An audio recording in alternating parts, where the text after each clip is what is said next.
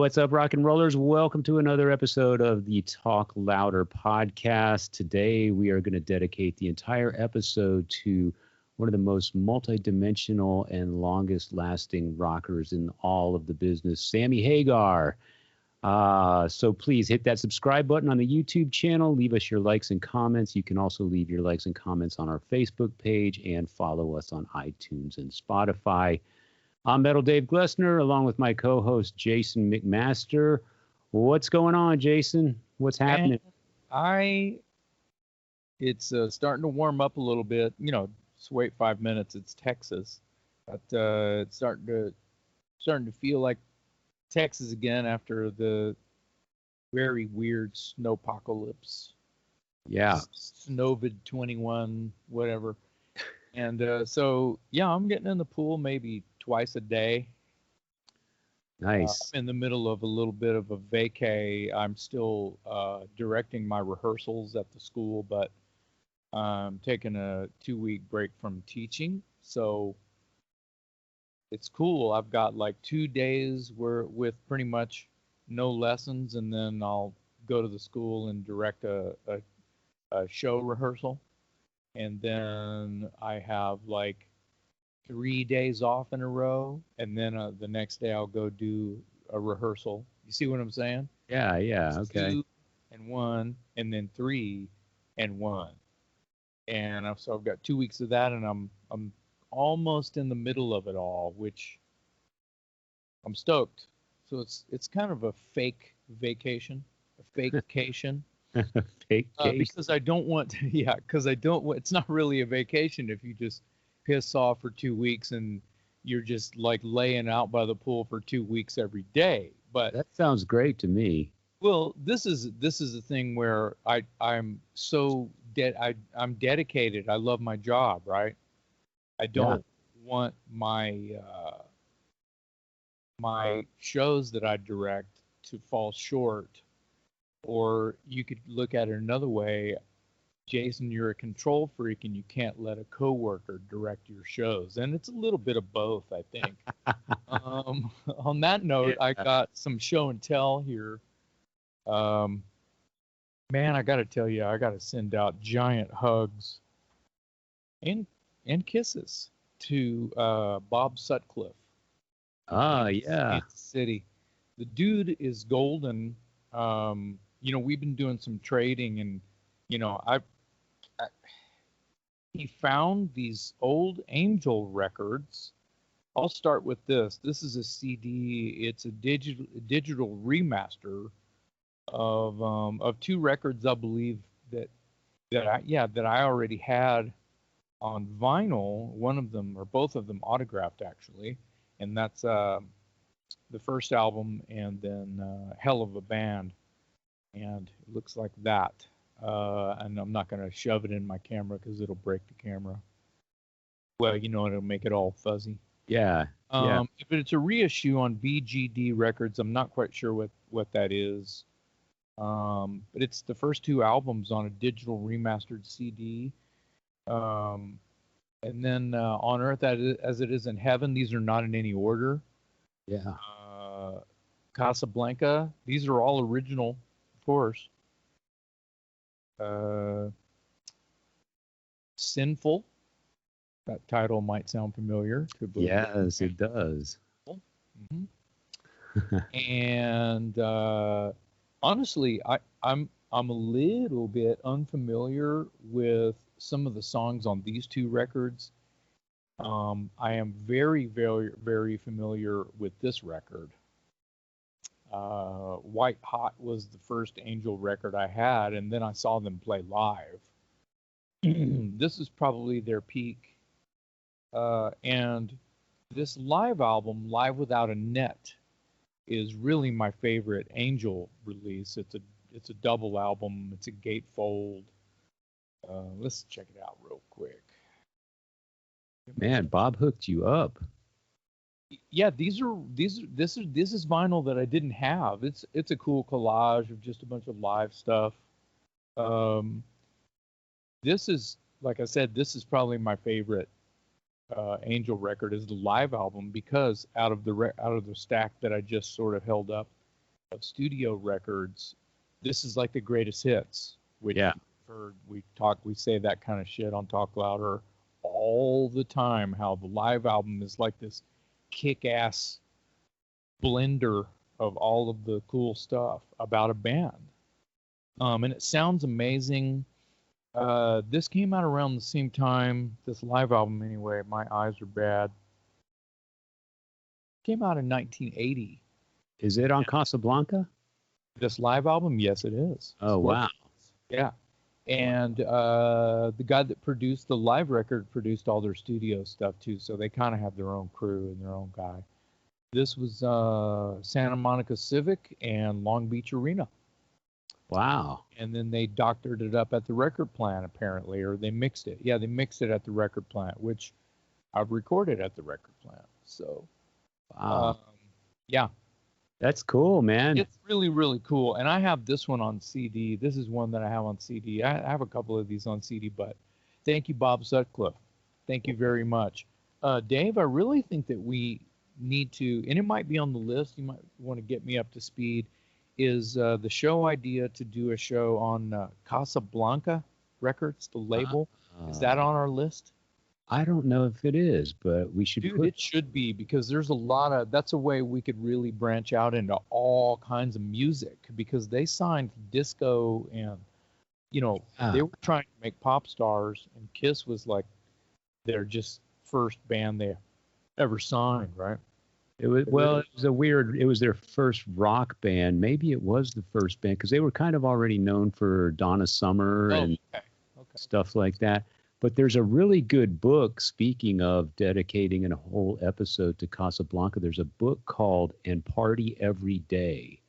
And it's basically the story of the rise and fall of Casablanca Records. And it's really interesting and entertaining, to say the least. Yeah, do you have the book? I don't, but I've read it. I borrowed it from someone or checked it out from a library or something. Nice. Okay, well, I just think that we ought to talk about that. And no, anyway, that's cheers to Bob Sutcliffe for the score, the massive fall. That's huge. I got an email last night or the night before from a publicist, or actually I think he might even be the owner of this indie record label called Spaghetti Town Records, and that's spaghetti with a Y. And I think they're out of Atlanta. The guy's name is Ted, and they call him Teddy Spaghetti. And they're the label. The label specializes in this real, down and dirty, like street rock that's heavily influenced by punk, but it maintains a certain amount of rock and roll. So it's not straight up punk, but it's like punk influenced rock, and it's very street. And he just sent me the new single by this band called the Ravagers, and they're out of Baltimore, and they have an album coming out in September.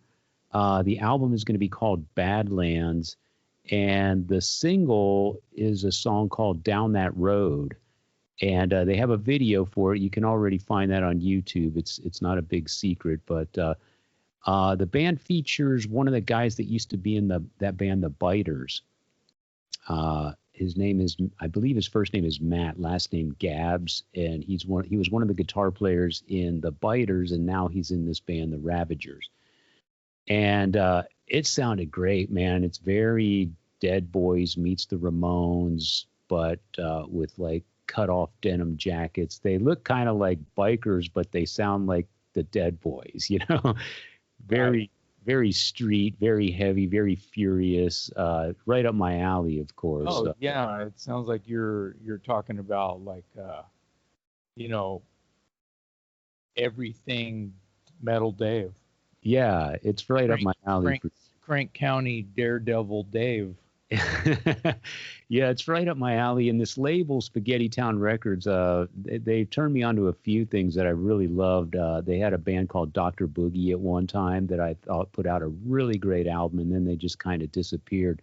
But that album was really good. And there was a band called Criminal Kids. I think they were from Chicago, but I gave that one a lot of spins once the label sent it to me. So anyway, if you're into that real dirty, punk influence, street rock kind of stuff, the Ravagers from Baltimore, worth checking out.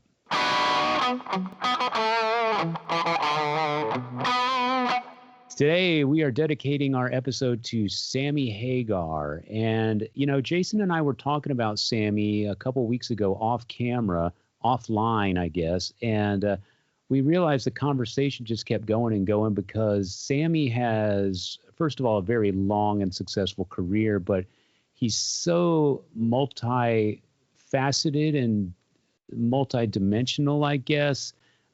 There's a lot of layers to his life, and most people obviously point to his years with Montrose and his solo career, and then of course the superstardom with Van Halen. But there's so much more to him than those three mega chapters in his life, and I thought we could get into some of that today, because he really does come across as a very interesting personality. So, Jason, I'll kick it over to you. When's the first time Sammy came on your radar? I have three words for you. Montrose, Montrose, Montrose. Three words. I'm stuck on Montrose.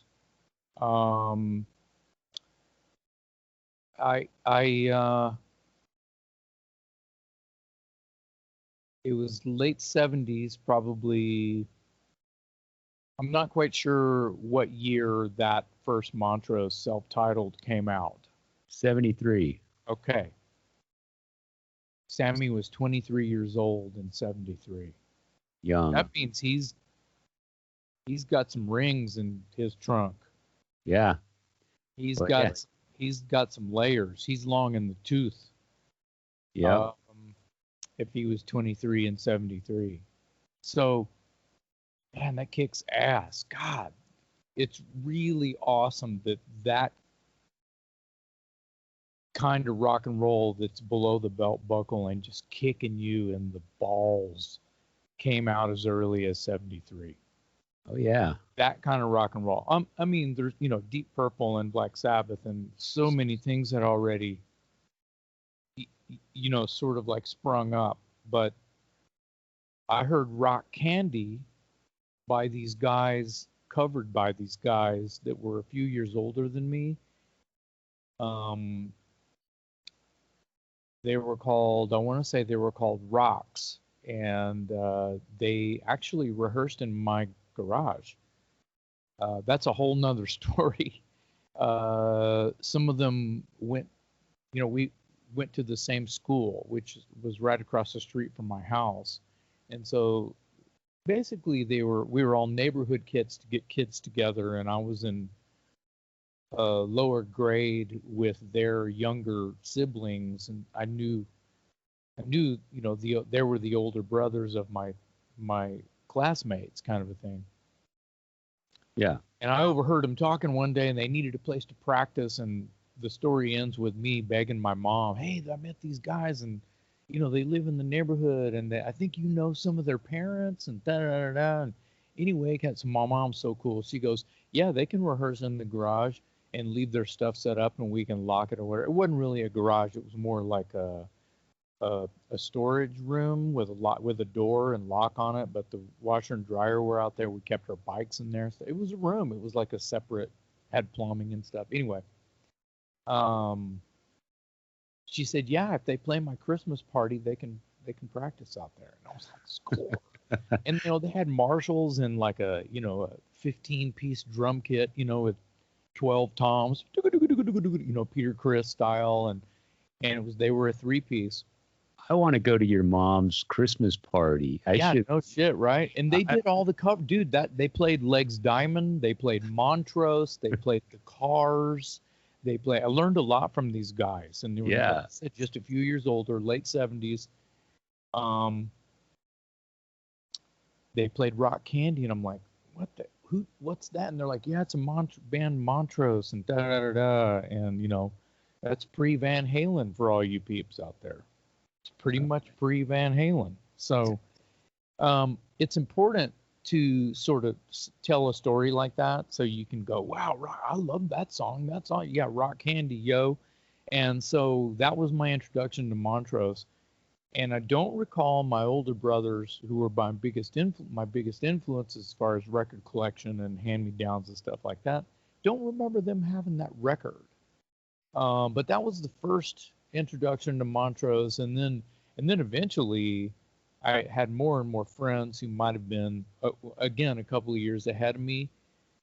And it's, dude, you got to get the record. So I ended up having that first record, and it just became a Bible of rock, because it is.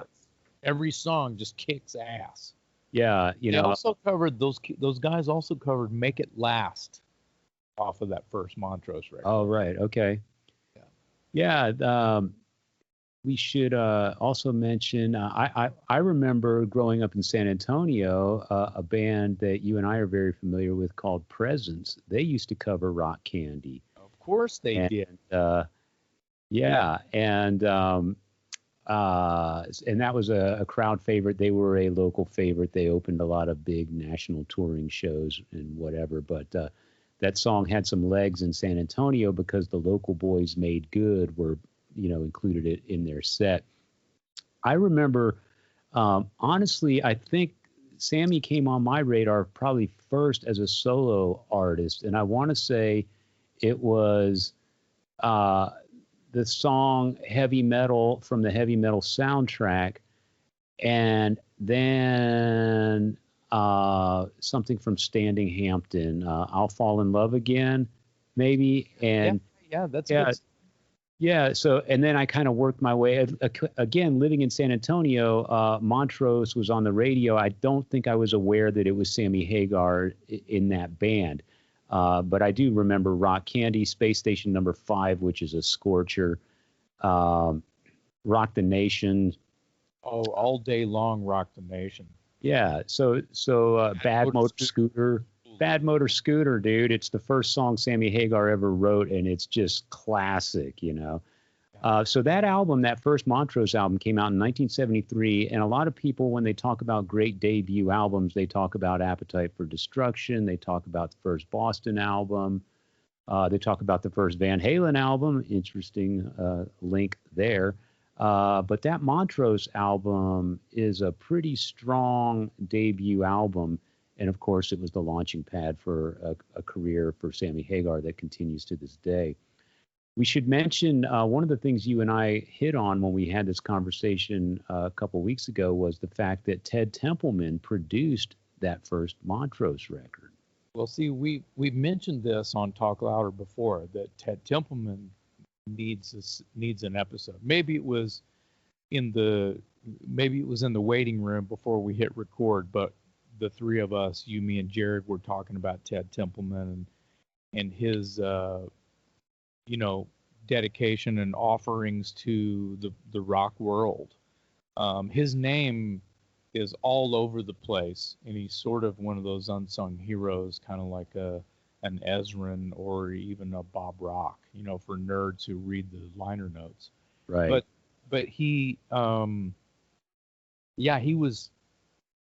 knew Sammy from way back then, and then met these kids in Van Halen. See, that's kind of a trickle down economic right there for you.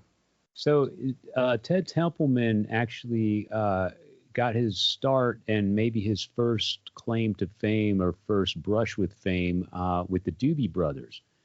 And in the early 70s. And then, the song, Whoa, Listen to the Music. Of course. All right. That's a mighty fine singing. Yeah. Well, good for you, buddy. Not compared to you. I don't on tape. I don't even know why I'm singing on a podcast with a singer. Because you love rock and roll, man. To be good, to be a fan. Well, good, because it wasn't. But anyway, it obviously triggered your memory. But that's Ted Templeman. So he got started with the Doobie Brothers. Then he ended up doing the couple of Montrose records. And then, interesting enough, there's this thread that's going to weave throughout this episode, because a lot of people aren't quite aware of all the links between Sammy Hagar and Van Halen before he became the front man for Van Halen. And one of them is Ted Templeman, who produced the first Montrose record and then did 6 consecutive albums with Van Halen, starting with the debut. So he did all the classic Roth stuff with Van Halen. So he's intertwined in this story as well. And interesting bit of trivia here. On the Van Halen Fair Warning record, you know the famous punchline that says, come on, Dave, give me a break. Yeah. And then Dave chimes in, hey, one break coming up. Well, do you know who says, hey, Dave, give me a break? That's Unchained. Yeah. The voice that says give me a break is Ted Templeman. I would have it would be an easy guess via the conversation we're having. The only other voice it would be, and I don't see why or how, you never know, is Sammy. Yeah, or Mike Anthony. You know? There's it's kind of like this synonymous, like, cool guy club we're sort of talking about with guys in Van Halen, guys in Montrose. Let's talk about real quick. I don't want to throw a detour sign in the road here, but let's talk about the other cats in Montrose for a second. The names. You know who else was on those old Montrose records? Well, there was a guy named Bill Church. I believe his first name was Bill Church, bass player. Denny Carmassi on drums. You're correct on bassist Bill Church. Ronnie Montrose is Ronnie, of course. The man, of course. Is it Denny Carmassi on drums? Yes, you are correct.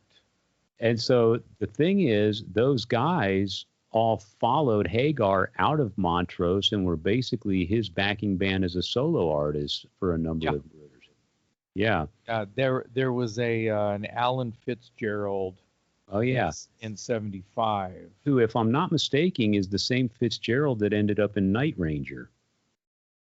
Who was the keyboard player in Night Ranger, I believe. Oh, okay. Wow, that's crazy. Yeah. So yes, Hagar, comes on the scene with Montrose, does 2 records with Montrose. Ted Templeman is the producer. This is sort of foreshadowing Sammy's future many years later. He leaves Montrose, takes the band with him, has a pretty successful solo career. I'll say. Yeah.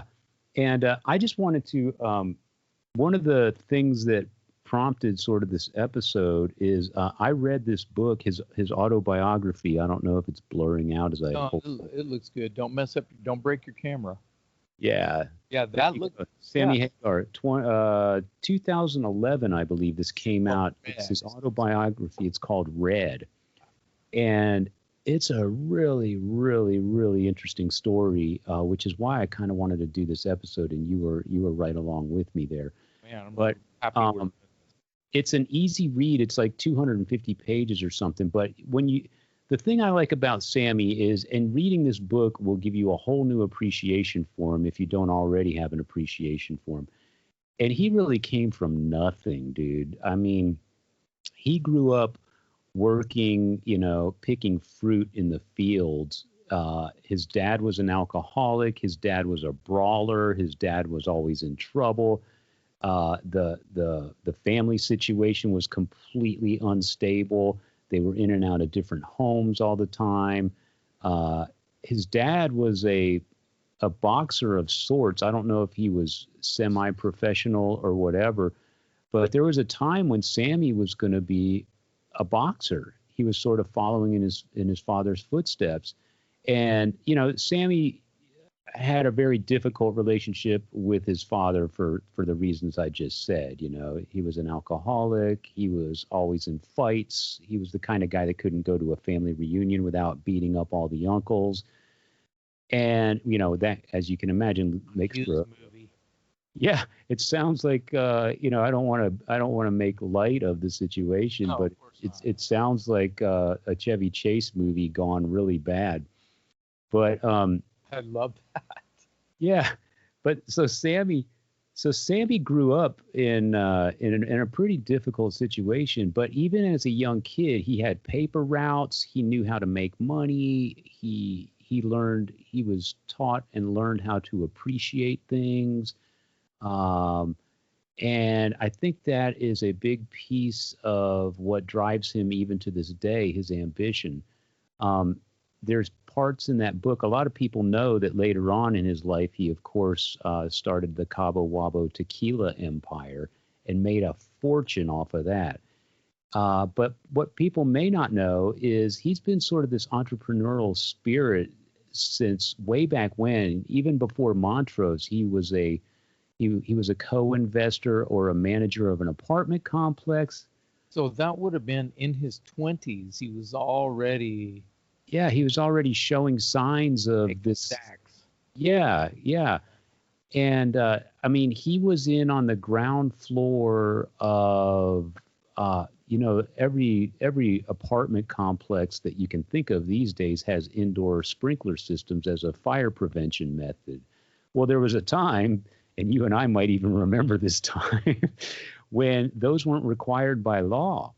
But once they started becoming required by law, Sammy and a buddy of his, it might have even been his brother-in-law or something, they invested in this sprinkler business. And so they were making money installing sprinkler systems that were now required by law at a time when nobody thought of this. And so he was in on the ground level of that as a money-making endeavor. He was also one of the first guys in California. California is where a lot of these outdoor sports trends get started. But the whole mountain biking craze, he got in on the ground level of a mountain biking endeavor where they were making mountain bikes. And all of a sudden, his brand of mountain bike was one of the best sellers in California. So Sammy's always had this really ambitious entrepreneurial drive. And I just find that fascinating. And we'll get into the tequila thing later, but this is where it all started, you know. And I think it might have been his way of, you know, succeeding coming from such a broken home and not really having a great role model as far as his father was concerned. It was kind of his way of saying, I got to figure out a way to get out of here, and I'm going to try a number of different things, and I'm going to stick to him, and I'm going to give him all I've got. And he was very successful. It was pretty interesting. So it sounds to me like, not to recap the whole thing, but just to chime in here and say, at a very young age, this was something that he was determined. Very determined, yes. I think that let's talk about, let's tie it in somehow. Obviously, he learned how to play guitar. Obviously, he learned how to sing. Obviously, he learned how to, play music and be an entertainer. And, in the middle of his entrepreneur calling. Yeah. All of these things he was into, and I want to say it again. You're talking about a time period. He's in his 20s. By the time he was in his mid-20s, by 75, he would have been like 25. I'll tell you what. That's crazy. When I think about my 25 self, I sound like a dumbass. When I stack it up to Sammy, I'm like, dude. We all do. It's crazy. It's crazy. So that's another reason I think it's Sammy's full on worthy. I mean, there's a lot of people that we could do an episode on, but it doesn't even matter if you're a Van Halen fan, a Montrose fan, a Sammy Hagar fan. He's got 1,000 bands. Yeah. He's been involved in 100 things. It doesn't matter if you don't like his music, his art, or whatever. You got to give it up to the guy who is biting and scratching and having a great fucking time doing it. Because have you ever seen Sammy not having a good time in the press? There's no bad mojo with the guy. There's no like terrible, disastrous story that follows him around. Right. I'm sure he has his bad days, but he never projects it publicly. He's like, that's another thing I just love about him. He just looks like the kind of guy and sounds like the kind of guy you would just totally want to hang out with because you're just guaranteed a great time. And that comes across in, he's the cool uncle. yeah, and it comes across in his concerts, you know. Yeah, and I tell you what, if even if music didn't happen for Sammy, he would be doing just fine, dude, because he, like I said, that entrepreneurial spirit, whether he was doing mountain bikes or sprinkler systems or tequila or opening restaurants or whatever, he's the kind of guy that's going to find 1 or 10 different endeavors, and he's just going to capitalize on every single one of them because he's got that sort of smarts, and he's got that personality, I think, that draws smart people to him, you know, people that he can collaborate with, whether it's music, whether it's business, whatever. That's interesting, and I mentioned this a couple episodes back. I saw something where he may have been in Austin for South by Southwest because it looked familiar. I saw this on, I can't even remember, public access maybe. It was Sammy Hagar in a very small room, like a rehearsal room or something, and they had filmed it and put it on this. I want to say it was a public access. It could have been Access TV, that cable thing. Anyway, it just looked sorta thrown together. He wasn't in the best shape vocally. He sounded like he'd been busy, you know. He had a little crust on his voice. Yeah. Dude, McDaniel, the guy from Run DMC, the McDaniels guy. I can't think of. I feel terrible. The guy, Ryan guys. McDaniel, the guy from Run DMC. It's the DMC. Yeah. Daryl McDaniel. Daryl McDaniel. There you go. Is that it? Sounds right. Yeah, that sounds. Anyway, don't sue me for not being able to pull that name. I love Run DMC, but I can't think of the guy's name right now. With you, He gets in there and raps over Rock Candy. Oh. He gets in there and starts rapping over Rock Candy, and then they have a little interview section. They're sitting on stools and they're just talking, just hanging out. Sammy Hagar and DMC. Yeah. And he's like, man, we used to cut your record, you know. Jam Master Jay, our DJ, who's no longer with us, used to cut Rock Candy all the time. Yeah. But don't it's perfect. Right? Yeah, it's kind of like Led Zeppelin levee breaks. Yeah, right? That's what kind of Montrose is kind of going for on Rock Candy. But he said they used to loop that drum groove and just rap over it till the sun came up, and that was the basis of their them joining together and having a little jam. Yeah, it was a little bit off the cuff, and you know, might have had some cheese here and there, but you know what? I think that's a very cool sort of window into how chill Sammy is. Yeah, you know, another thing that comes up in the book, he talks about his place down in Mexico, the Cabo Wabo Cantina, and you played there, I believe, with Broken Teeth. Is that right? Yeah. Yeah, there was a battle of the bands that KLBJ radio in Austin had put on. It was a summertime thing, and a bunch of bands, and they did this in different markets all over the States. Yeah. And it was like, you know, the winner from this, you know, and the winner from this market and the winner from that market, etc., went down and played the big finals down at Cabo Wabo. Did you meet Sammy? Was he there? Briefly, and I had met him briefly again at the Van Halen show for Unlawful Carnal Knowledge tour. Yeah. The story that some of you might recall, where I'm in Sammy's dressing room, and Eddie walks in. Where's Sam? Yeah, yeah.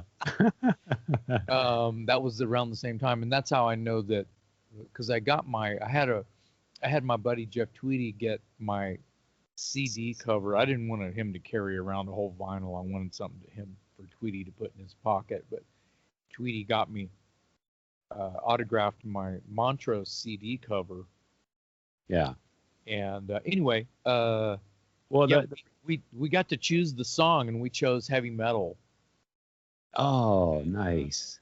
Yeah, That song's a stomper, man. That's a yeah. great song. And we won and got to go down there, and then we didn't win it down there, but we got to go to Cabo and hang out. The hotel was amazing. It was right on the beach, and it was just it was like a postcard. So Yeah. The reason I bring up the club is you were talking about how chill he seems to come across. And every year, of course, he has his birthday party in October down there at the club. And, of course, he's rock royalty at this point. So his guest list, if you will, is just a star-studded thing. He's got Jerry Cantrell, and he's got John Entwistle, and he's got Slash, and all these people come down there and they hang out. And he gets into some of the stories in the book about some of these people, and it's really it's pretty hilarious. There's a really hilarious story about Stephen Stills from Crosby, Stills and Nash. I won't spoil it for anybody because I want you to go read the book. It's really good.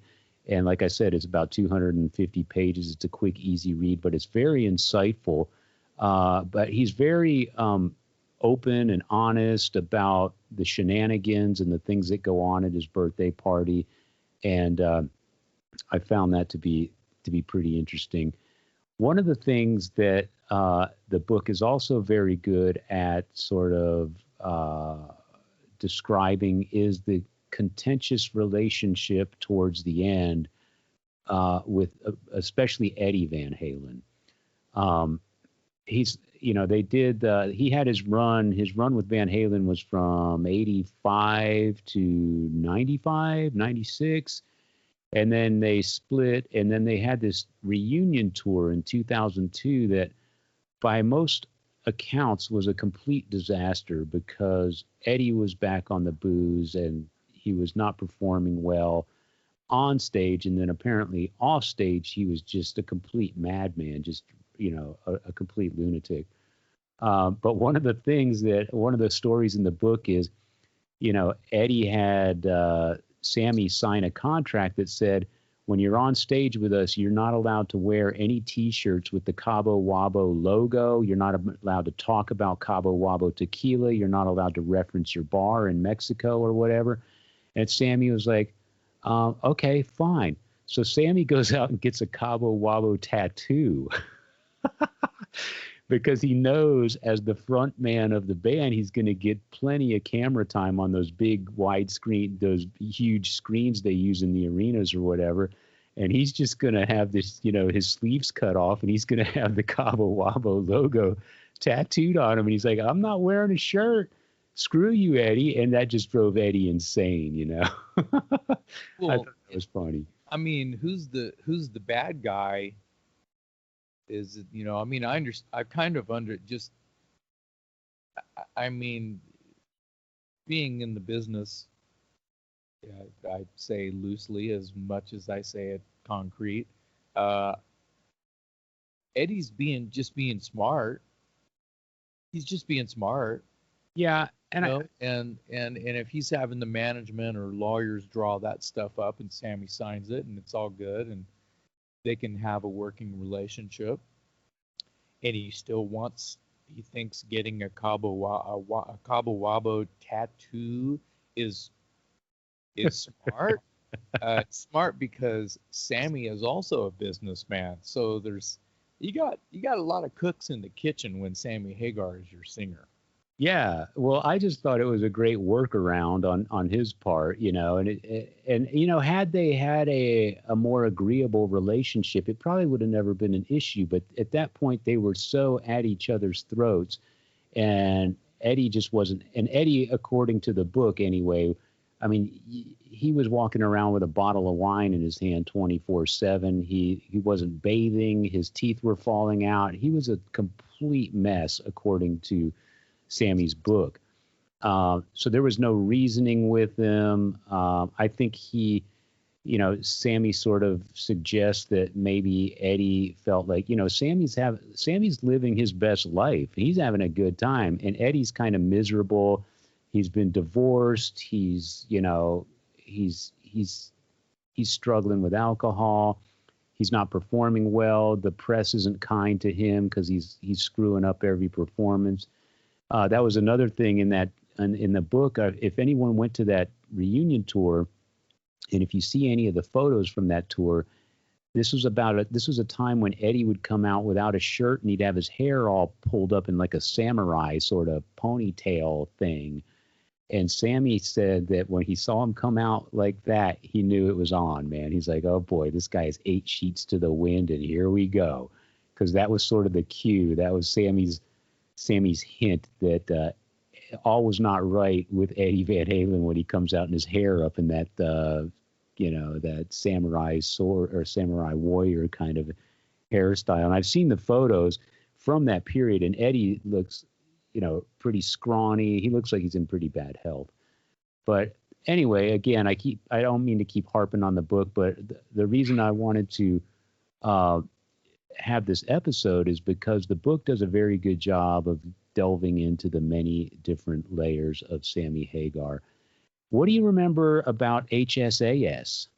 Do you remember HSAS? The ad with Neil Sean? No. Who else was in that? I mean, I remember seeing some videos on MTV. HSAS was an acronym for Hagar, Sean, Aronson, and Shreve. And Kenny Aronson was the bass player in Billy Squier, the guy with the pompadour haircut, slicked up hair. And Shreve was a drummer for Santana for a number of years. So it was kind of a super group. And they did one album. It was called Through the Fire, about 1984, I think. And they had some hits they had some songs on the radio, at least in San Antonio. I think the song that got the most nationwide play was their cover of Procol Harum's Whiter Shade of Pale. But in San Antonio, that album also got, the songs that got played were Missing You and Top of the Rock. I know you know Top of the Rock. Standing on top of on the top of the rock. Yeah, that sounds familiar, but I had obviously forgotten about that. Well, it is kind of a footnote in his career, but I know a lot of Sammy fans that, love that album dearly and kind of hold it up in high regard. Interesting. And think it should have been more than a footnote, because it really did have some quality stuff on it, but didn't want to do a Sammy episode. I have to take a time out and confess that as much respect as I have for Sammy, and that the first 3 words I said in this episode, our main topic, were Montrose, Montrose, Montrose. There's a lot of Sammy Hagar that I have, a lot of tunes that I have respect for, but there's some cheese that I had a hard time kind of like stomaching in some of Sammy's solo stuff, the Red Rocker stuff. Agreed. I think that there's some riffs and there's some songs and there's some things about it that when I sort of like just rediscover or just hear, just like, wow, that's actually kick ass, where I'm more of the headbanger type and listen to a lot of heavy stuff, but becoming sort of directing shows for my job and like coming up with material for people to learn and learning techniques from basically cover songs and the educational value of this song or that song. I've discovered some Sammy Hagar songs that have there's no slouching going on. There's some fantastic songwriting going on, and I find out that there's a lot of things on Standing Hampton that like I don't have that record, but I need to buy it because I know there's some things on there that I need. Yeah. Yeah, that was his first record for Geffen. He came out of his solo career started on Capitol Records, and he felt that they weren't aligned with what he wanted to do. They were trying to make him more of a pop rock kind of guy. Like I read somewhere that they were trying to get him to do like Otis Redding covers and this sort of thing, and he was more of a hard rocker kind of guy. And so he eventually got out of the Capitol Records contract. By the way, he did some pretty good records while he was signed to Capitol. There's 9 on a 10 scale and Street Machine. But Geffen, and in fact, I think he had to sue to get out of that contract with Capitol. And then he ended up on Geffen, and that's where Standing Hampton, that was the first record that he did with Geffen. And that's also interesting enough. That's when he started taking off commercially, you know. Ah, interesting. You know, I can hear he's just, let's talk about his voice just for 2 seconds because I like this chronological record release you're talking about.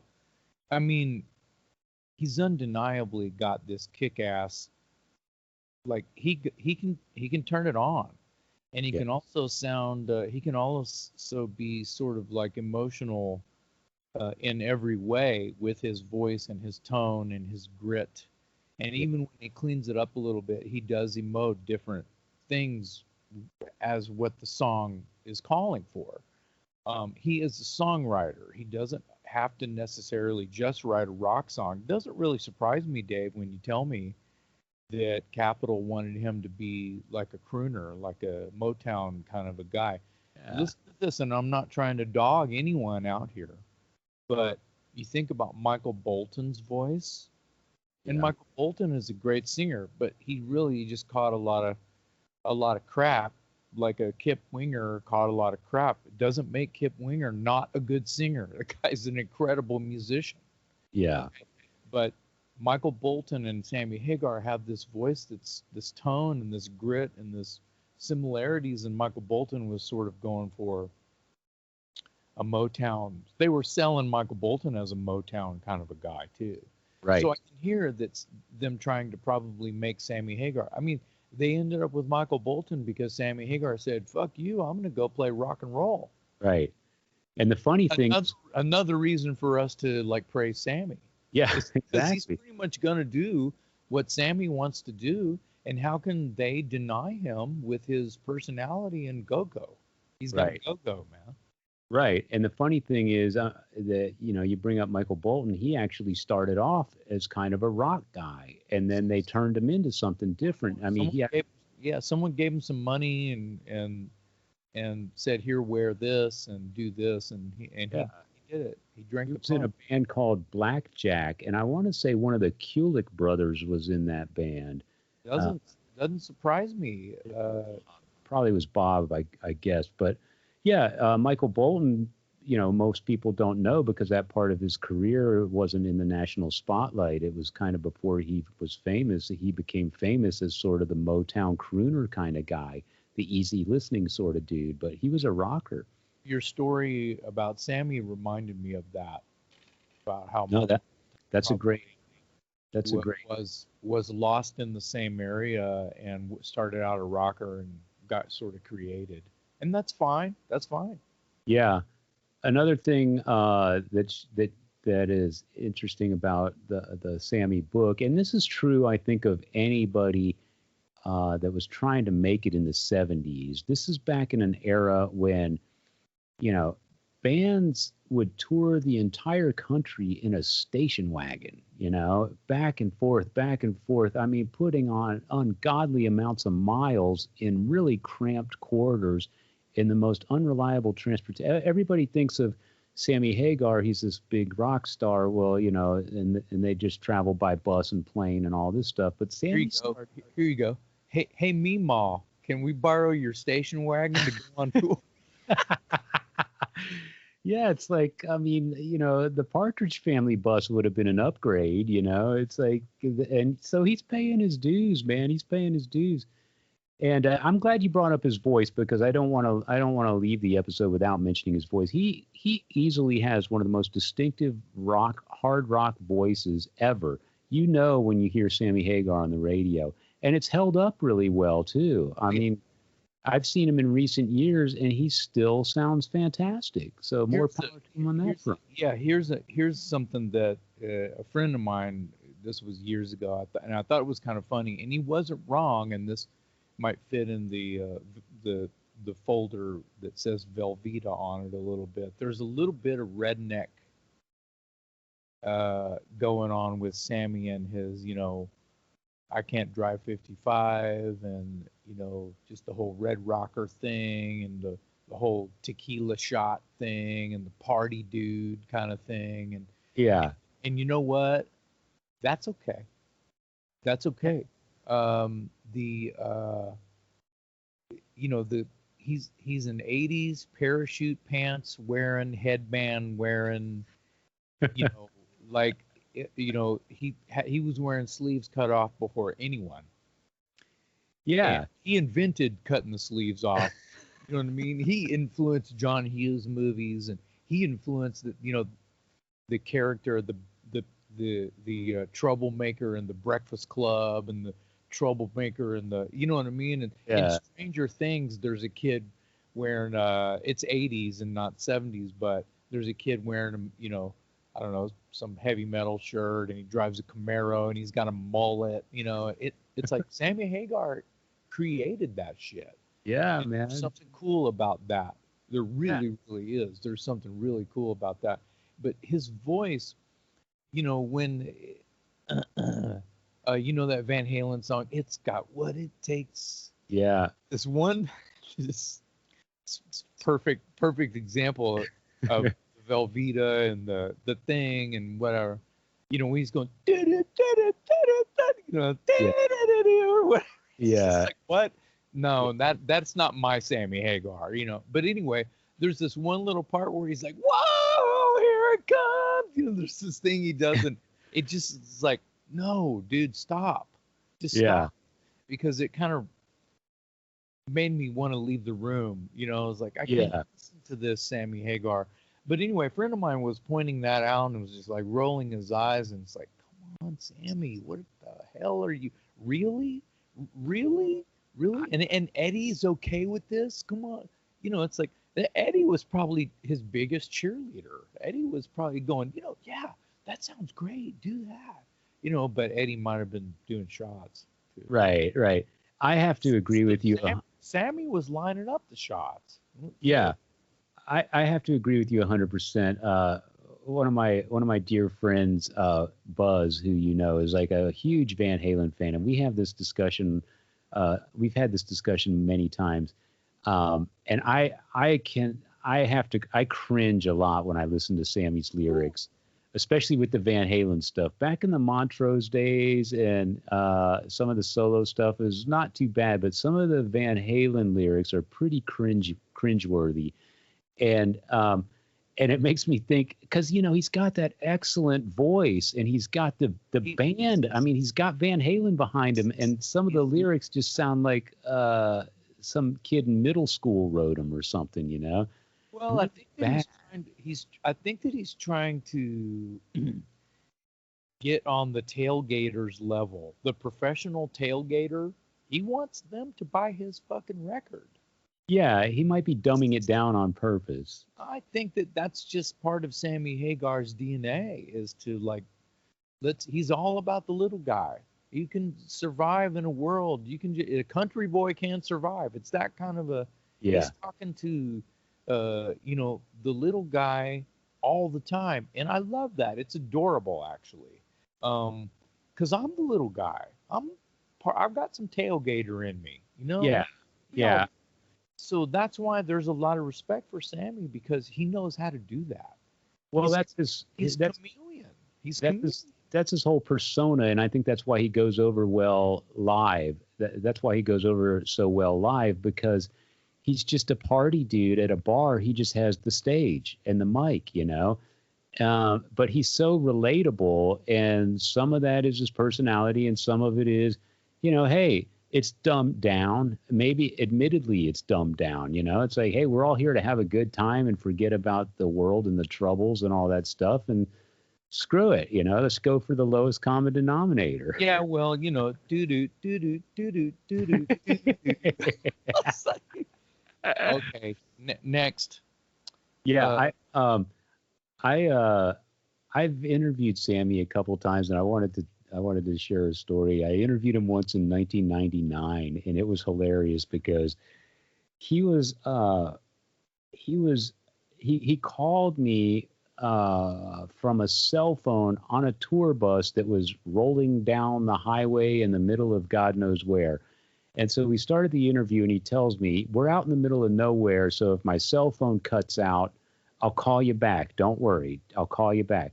And so we're talking for a while, and the signal starts to get a little spotty, and he says, okay, don't forget, if I lose you, I'm going to call you right back, so don't worry. And he goes, because I'm not done talking. And sure enough, we lost signal. He called me back 6 times, dude. 6. I mean, he is a man of his word. He called back 6 times. And the funny thing was, every time he called me back and I picked up the phone and answered, he never once said, okay, where were we? He was just like, so anyway, blah, blah, blah, blah, blah, blah, blah, blah, blah, and then the signal goes dead. And then he calls me back. And so blah, blah, blah, blah, blah, blah, blah. It's like he never. It doesn't surprise me one bit. Never lost his train of thought. It was like, no, nothing ever happened, no interruption whatsoever. But he literally called me back 6 times, and I was grateful that he did, because if he hadn't, I wouldn't have had an interview. So thank you, Sammy, for your persistence. Bless his heart. Yeah. Well, he's definitely got some rock and roll Jesus to him. His whole perspective and how to survive and adapt, and pretty creative. I think that his songwriting, we should get back to his chronological records a little bit. Sure. Because you were on a roll, Geffen years. I think that what about him playing guitar on stage standing next to Eddie Van Halen? That's a weird. I saw that, and I'm like, whoa, that's just weird looking. It's weird seeing Sammy Hagar with a guitar on, standing next to Eddie Van Halen on stage. Well, seeing anyone with a guitar standing next to Eddie Van Halen is weird. Yeah, that's. But think about it. I mean, Sammy was, he was a front man who played guitar. I mean, once in a while he'd put the guitar aside, I guess, and just sing straight into the mic. But I mean, he made his career. I mean, his solo career. He was a guitar playing front man. Well, and real quick, some people probably wouldn't have even thought of, my brain is different than your brain, but you're thinking the same thing. There are millions of people that are like, what do you mean? Sammy Hagar plays guitar? I'm a Sammy Hagar fan. Of course he plays guitar. It's like, well, I know he plays guitar, but you watch some old Montrose videos, Sammy's not playing guitar because Ronnie Montrose is the fucking guitar player. Yeah. So that's how my brain works, because but someone who grew up, who was born in late 70s or something and becomes a Hagar fan in the middle of the 80s with I Can't Drive 55 at the age of 15, they'll be used to it. What do you mean? Van Halen with Van Hagar is awesome. Yeah, he should play guitar. And you know what? Eddie was probably going, yeah, dude, get your guitar. Sure, because Eddie's probably thinking it fattens up the sound, and and if you can pull it off, dude. Well, here's the deal, Eddie. Eddie is thinking. He's also thinking that we're going to sell a lot of records having Sammy in the band. Sure. All his concert tickets too, because all his fans are Van Halen fans. This is a double whammy. Yeah. Is it true? Talking to the brain of Metal Dave. Is it true that Van Halen sold more records when Sammy was in the band than Roth? I believe that is true, yes. I think it is too. Yeah. That sold more. That So sold take your do all the way to the bank. Yes. So, or someone would say, Jason, stick that doo up there when the sun's Yeah. Yeah. Yeah, I mean, it was I mean, it was pretty incredible. I mean, granted, Sammy was an established artist, but you're talking about one of the biggest bands in the world, Van Halen, fronted by one of the most recognizable frontmen in the world. It just spelled recipe for disaster when Roth left, you know? Yeah. And okay, sure, you're going to bring in a guy who's an established solo artist, and he's got some recognition, and he's obviously talented, but is it going to be Van Halen? And people just ate it up. I think they had their first #1 album with Hagar. They sold more records with Hagar. They continued to do huge business on the touring circuit. Yeah. So, I mean, he brought that band a whole new second career and a more lucrative one at that, you know? So, you know, you can argue again, you know, we can argue about the cheese factor in the vocals or whatever, but he made a lot of people happy, including his accountant and his manager and Eddie and Alex and Mike. Well, obviously he made Michael Anthony happy, because when the shit went down and couldn't be around Eddie anymore, Michael just said, yeah, I'm going with Sammy. Yeah. And so that's probably a different sordid background, but well, you know, one of the things that you hear about any documentary or article or whatever about Van Halen is, you know, first of all, there's blood in the mix. You got brothers, there's family. So Alex and Eddie are always going to be on the same team. So the other guys are always either going to have to unite and put up and be able to push back together, or they're never going to have any skin in the game. And Sammy and Mike were there, and their personalities are kind of the same. They strike me as both being kind of easygoing guys. They like to have a good time. They don't take this whole thing as, you know, nutball serious as Eddie and Alex. So it just makes perfect sense that Michael gravitated towards Sammy when things were getting sour. Well, and you know, it's not like they've known each other since the 70s. So Yeah. It's all blood. That's all blood. That's why it was a no-brainer to get Sammy when Roth scared them a little bit. So yeah. So let's go to the Geffen years and roll through this really quick. I knew this was going to be an elongated episode, and that's rightful to Sammy. And yeah. So you got Standing Hampton. Roll through those if you have a chronological list. I mean, I'm going to wing it off the top of my head. That's fine. But the Geffen year started with Standing Hampton. I believe that was followed by Three Lock Box. I love that song. I love Three Lock Box. Yeah. That was a riff. I remember the video. Yeah. That was a big album for him. And then that was followed by VOA, Voice of America, which is the album that had I Can't Drive 55, which, of course, was a massive hit that he still has to play to this day. Well, that's what happens. There may have been, that's kind of when I lost it, but those three albums right there, all back to back, that was a pretty lucrative period in his career. During that right there, it just feels like Sammy is like the heavy metal Huey Lewis. You like that? You get that? I like that. I've always called like them. Sammy's tunes could have been in the Back to the Future type. You know, like anything Huey Lewis that could have easily been a version of Sammy. I like that. I'm buying that. I'm a Huey Lewis fan. I like an amazing songwriter. So I've always thought of Sammy in, you know, move on to the next decade, the 90s or whatever. I could totally see that in the 80s that Sammy is the heavy metal Huey Lewis. And then later on, I think he became the heavy metal Jimmy Buffett. Well, with the tequila and the flip flop. I mean, that's funny, but I'm not laughing because dude. Yeah. So this is the lifeline. If you're the party dude who fronts Montrose, which was this kick-ass bluesy hard rock band that was, sort of like uh, very much of sort of a founding father in a way to some type of American heavy metal. Sure. Those riffs on the pre-Van Halen godfather of American heavy metal, because dude, On Fire, I mean, they're, Running with the Devil, there's shit that's on the first Van Halen record that's heavy metal.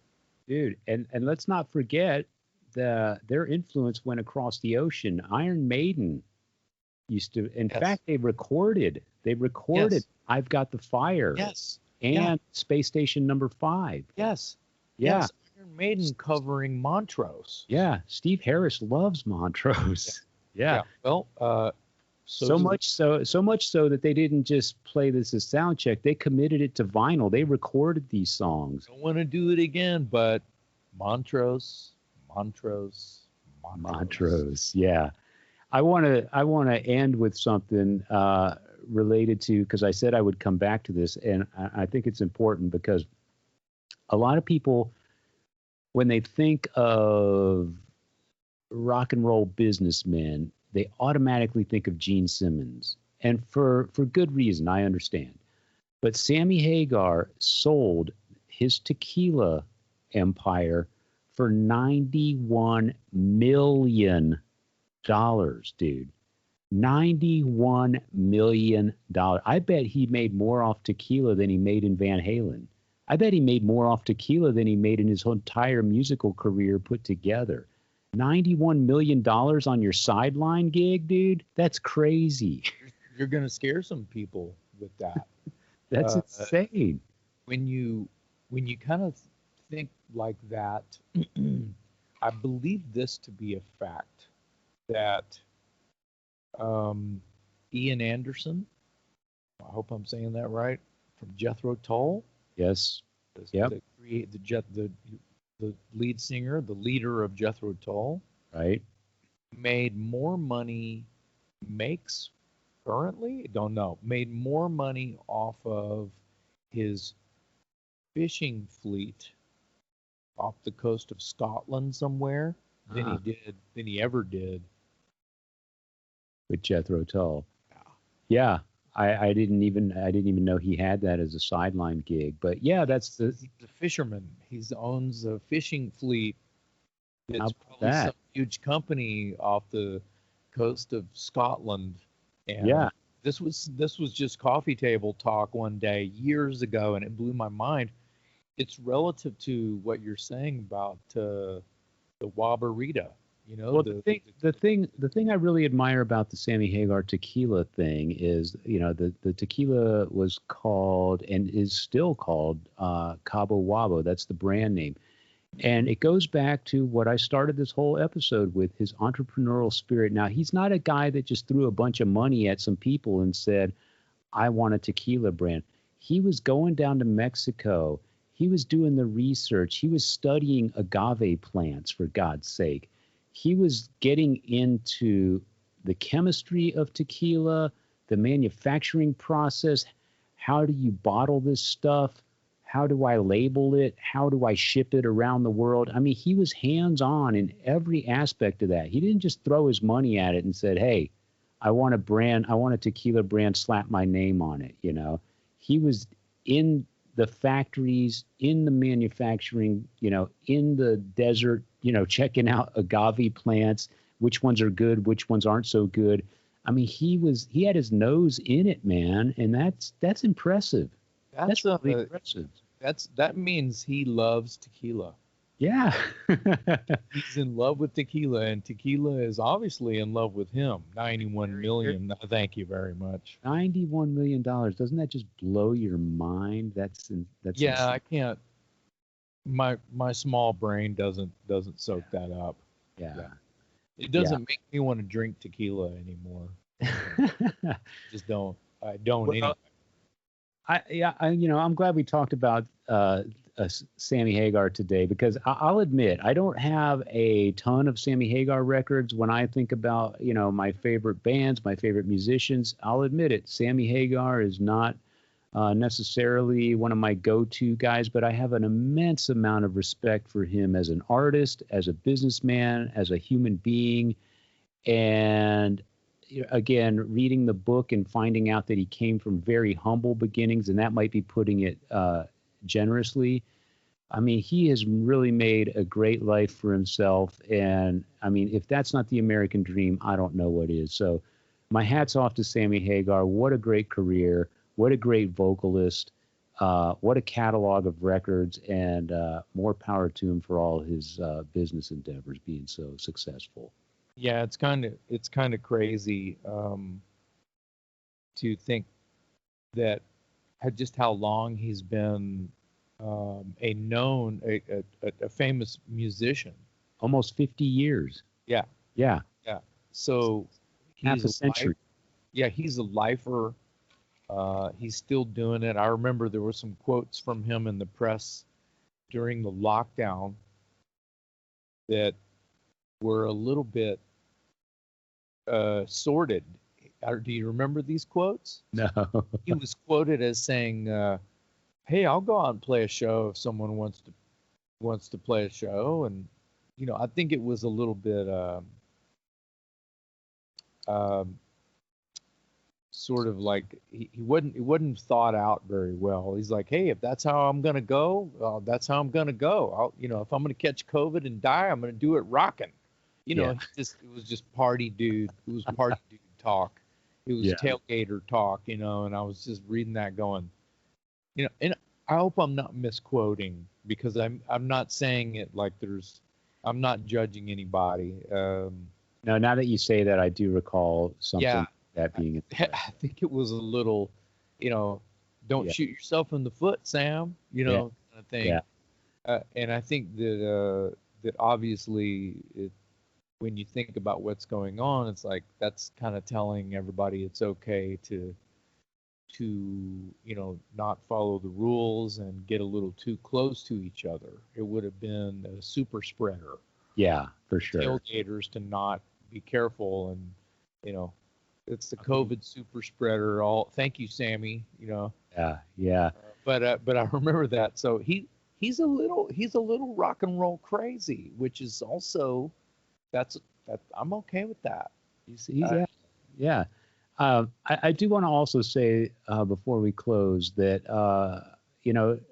despite the contentious relationship that he had with Eddie Van Halen towards the end of their working together, I really got the sense when Eddie passed away last year, and you saw Sammy doing interviews or whatever, that he really did have a lot of love for Eddie. And I think that is because I don't know how you can't have a lot of love for someone that you spent 10 years or more just standing on top of the world, to quote Sammy Hagar. I mean, it was phenomenal what they accomplished together, just absolutely phenomenal. And I think if you have a working relationship with somebody and you're that successful, yes, behind closed doors, you're throwing bottles at each other and you're spitting and you're cursing and all this stuff. But at the end of the day, I don't think you can look back on that and not feel some kinship, some love, some brotherhood, because, man, not a lot of people get to do that in this lifetime, and you don't just dismiss that. So I feel like he was very sincere and deeply saddened when Eddie passed away, and I was kind of glad to see that side of him. It kind of, if you're a fan, it made you feel like there was some closure, even though maybe Sam and Eddie never had the face-to-face closure. As a fan, I felt like, okay, he did love him. He did recognize that they accomplished a lot together, and I thought that was important and just sort of genuine. Again, going back to the human being that Sammy Hagar is, I think that's one of the reasons people relate to him and like him. He comes across as very sincere and genuine. Yeah, I think that he's here to do business. He's ready to rock, but he's human, and he really you say 10 years of working together. Montrose used to open for Van Halen, or no, Van Halen used to open for Montrose. Yeah. They go back, so far. Like you said, it's almost half a century. Yeah. Yeah. So there's definitely some blood there, and I think that when you have that kind of going on, and you've been in and around the same circle and on the stages and in the studios together and all that stuff, it would have been a mistake for him to not. I think that it's terrible that he didn't get to say goodbye in person, to have some some consoling time. Yeah. With Eddie and hell with Eddie's family, with Wolf and whoever, Yeah. because they were all in there together. Yeah. They were rubbing elbows forever. So Yeah. Yeah. Really, really sad, tragic ending to a very successful partnership. But I think that, my point is, I think Sammy is forever grateful for the opportunity to be part of Van Halen. I know that he speaks highly of he was thrilled to join that band because he was kind of burned out with his solo career. When the invitation came in to join Van Halen, he was kind of thinking, I don't know if I'm into this anymore. Maybe I'll go chase one of my entrepreneurial things and get off the road and just kind of try something phone else. rang. And then the phone rang. Yeah. Hey Sam, it's Ed. Hey And the man. rest is history. So I want to just encourage people one more time, go check out this book. It's Sammy Hagar's 2011 autobiography. It's called Red. It's an easy read, and it is really good. You'll enjoy it. Even if you're not a Sammy Hagar fan, I recommend it because you won't waste a lot of time getting through 250 pages, and it'll offer a lot of insight. My final words here before you take us out is you don't have to be a fan of Sammy's music. Just remember, if you see any interviews with him, just slow your roll and listen to what he has to say, and you're going to recognize this one thing: Sam's the cool uncle. Yeah. Everyone's got a cool uncle. Yeah. He's the cool uncle. He is, man. It's going to be the life of the party, whether it's at the family barbecue or if it's, on stage in front of 100,000 people at some outdoor summer sweat fest. If Sammy's in your family, it's not Santa Claus you're waiting for every Christmas. It's Uncle Sam. Get it? Sam. Uncle Sam. Yeah. Sam. Yeah. I love it. I love it. All right, man. Great conversation on the multi-dimensional and legendary and for good reason Sammy Hagar. What a career! What a catalog of songs, and seems to be on every level just a really cool dude. So we'll move on to our shot of rock and roll. Jason, my shot of rock and roll for you this episode is, I'm wondering if you can remember the very first rock and roll poster you ever hung on your wall as a kid. You remember? No. I was wondering if you were still there. Did Well, you go to the restroom, dude? the answer is no. But the answer is also the fact that I had so many Kiss posters, and I honestly don't have any memory of hanging up, anything like I don't know, when you're a little kid, a Dallas Cowboys poster, it's like I had Dallas Cowboy pajamas, I watched football with my dad and my family, They didn't have Kiss pajamas. Dude, once I found rock and roll, I didn't have Dallas Cowboy pajamas anymore. Yeah. Sports to me was a way for me to bond with my parents, right? And that's great. Sure. It has to be firm memory was probably. I remember having a Ted Nugent poster Oh. like of him live, like screaming demon kind of, and that's not the only poster that I had. I had the giant wall poster of Kiss, that's basically themed off of Kiss Alive photo shoot. It's probably from the first like big arena tours they did. Do you remember those giant wall posters? The ones I remember, they were standing on the plexiglass platforms, and it was about the Alive 2 era, I think. That's like a Love Gun era of Yeah, costumes yeah. and everything. No, this would have been 75.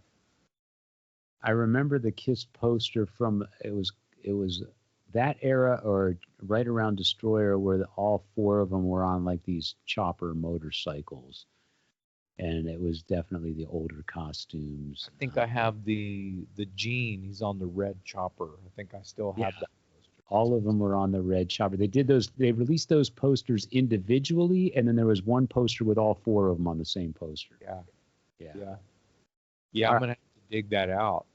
right. Yeah, I'm going with. I'm not proud of it because Ted Nugent's kind of acquired political taste, but Jeez. he wrote some kick-ass rock. I absolutely love Cat Scratch Fever. Yeah, and Double Live Gonzo is just so Well, my God. that's part of it. That's part of it. The first, the first Ted Nugent record, and Cat Scratch and um, Double Live Gonzo fucked me up Yeah. in a great way. Yeah. And it opened my mind to like, I mean, I wanted all my friends to come over and listen to Double Live Gonzo and hear this crazy person curse Yeah. in between guitar solos. Yeah. Yeah. Say a bunch of yibbity yabbity yabbity yabbity yabbity yabbity, right? And just Yeah.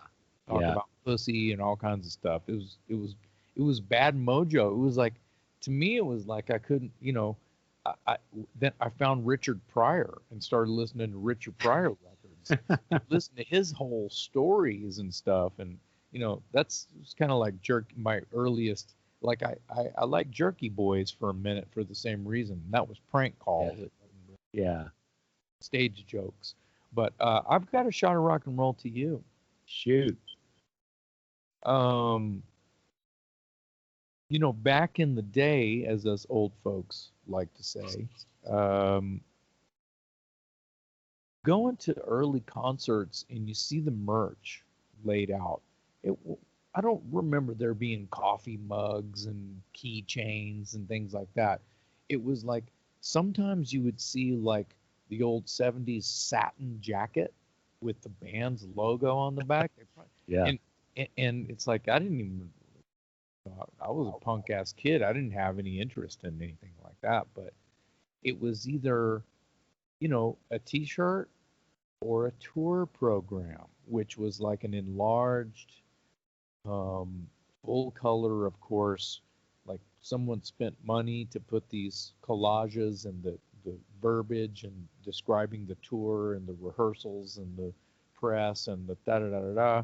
And I have a stack of tour programs that I've accumulated over the years, and some of them are kind of old, and some of them I've whatever their story is. Each of them have a different story, but these tour programs, these enlarged cool photographs, and has a big pull out poster in the middle, but on heavy stock paper. Yeah. A lot of listeners are going to know that if they're of age. Yeah. What I'm talking about. Do you remember going to concerts and seeing these tour programs there at the merch table for sale for, I don't know, $10, $15? Now they would probably go for about 50. Yeah. I don't know. I don't know if it would even be worth it. Yeah, I do remember tour programs, and you're right. I think back when when I first started going to concerts, which was my first concert was '83, and if you went to the merch table, it was basically 2 or 3 different T-shirt choices, and then you had the tour program, and there wasn't much else that I can recall. Like nowadays, you go and there's there's trucker caps, and there's programs, and there's 15 different types of T-shirts, and there's beanies, and there's bandanas, and Well, yeah, whatever. I mean, if we're talking about Kiss, you're gonna be able to purchase a coffin. Yeah, yeah, Just a box of wine. You're gonna be able yeah, you can buy a leather jacket. yeah, But for but $800. yeah, for next month's rent. Yeah. No, but to answer your question, I do remember the tour programs. I was always the guy that my money was always spent on the T-shirts, and and back in the early days, my preference was the 3/4 length sleeve, the jersey, the baseball jersey, what they call Yeah. the raglan today. Thought those were And cool. the funny thing is, I always wanted the jersey, but then I took it home, and the first thing I did was cut the sleeves off. And the thing is, it's because you left a little bit of the sleeve intact, so you kind of went from a white T-shirt with a design, and you left a little bit of black sleeve on each shoulder. And I remember that was the thing. And back then, you could get the jersey for like $12, and your standard short sleeve black T-shirt was like $8. And my first concert was Kiss, and I remember buying the jersey, cutting the sleeves off, and I did that again on my second concert, which was Iron Maiden. I bought the jersey, cut the sleeves off. So I was always buying the T-shirts rather than the tour programs because I could wear the T-shirts, and I could tell the world that I went to the concert, and I could tell the world I was a fan of the band by wearing the T-shirt, whereas the tour program was cool and everything, but it basically sat at home on a bookshelf. The T-shirt told the world, I'm a rocker, dude. I went to this gig. Yeah, it was. I support this band. Yeah, it was. It was colors. It was a badge of honor. Yeah, Wearing your colors, right? exactly. We've talked about that, and it's almost worthy of an entire episode, in my opinion, about how your first day of school, you're looking for people wearing the colors. Yeah, that's how you Those find are going to be your friends. Yeah, So exactly. You're picking your friends by that. Where's the other long hair with the Quiet Riot T-shirt? Yeah, like where's the other guys wearing polos? They're my friends. That's not happening. That's not happening. That's not happening. No Yeah. offense. No, I don't give a shit what you wear. Right. It's just not my tribe. But the people, the girls and guys who are out there wearing concert shirts, and it doesn't even have to be a band that I'm totally into. If they're wearing a concert shirt, nowadays it's a farce because you have supermodels wearing, Cannibal Corpse T-shirts. And Yeah, shit. right. Yeah. So it doesn't. It's a play on words. They're being quiche. They're being, Ironic. They're showing off the look. I can wear the shirt with this like bloody nun on it, and I'm cool. It doesn't mean anything. Yeah. No, I was always the guy at the merch booth looking for something I could wear. And it was a jersey back in the day. And then as the prices started going up, I had to step back and just buy the regular, short sleeve T-shirt. And then today, and within the last 20 years, I'm just like, I can't even afford anything, because it's like, well, when we're talking, because I kind of set this up to be like when you're at an arena show or a giant shed where there's a package, or you're seeing the biggest band in the world, Metallica or Guns N' Roses or something crazy like that, or Slayer even. When you think like that, you're going to probably spend some dough. But if it's one step sort of in the middle, like you go see Testament supporting Overkill, and that sort of like, you can get a shirt for $25 or $35 and still feel okay with it. But excuse me, did you say $8 for a shirt? I remember at the concert, my first concert, I remember $8 for a Kiss T-shirt. For a Kiss T-shirt, $8 for. So said $8 Kiss T-shirt, um, with sleeves intact, Dave. Yeah. You know how much that's worth now on, I don't know, an eBay or Etsy or Yeah. vintage shop? Yeah, I have no idea, but I've seen $200, Sure. $250. Sure, yeah. I've seen these vintage T-shirts on eBay, and they're ones that I used to own or I couldn't afford back then, and now I see them and they're going for $350 or something. Well, you know, $8 even in 1982 or whatever. That was kind of a chunk of money in a little dude's wallet. You know? Yeah, dude, I'm 16 years old. I mean, $8 is a tank of gas to keep me going for the next week or whatever, you know. Yeah, that's lunch for 2 weeks. Exactly. All right, man. This has been a good one. I really enjoyed talking Sammy Hagar with you. He, like I said, he's not one of my go-to guys. I don't have every Sammy Hagar album in the world, but I've got a ton of respect for him. I love his ambition, his drive. I respect his longevity. I respect his vocal cords. The guy's a great singer. And I just think, as you said, he is the cool uncle, and there's nobody out there listening that wouldn't have a good time if you had the chance to hang out with him. I'm sure of that. That is the truth. So on that note, we'll get out of here. But first, wanted to remind you, talklouderpodcast.com for your T-shirts, coffee mugs. Cheers. Get your swag, your merch at talklouderpodcast.com. And, of course, subscribe to the YouTube channel. Check us out on Facebook. Listen to us on iTunes and Spotify. Tell all your friends. Share, share, share. I'm Metal Dave Glessner with my co-host Jason McMaster. We'll see you next time on the Talk Louder podcast.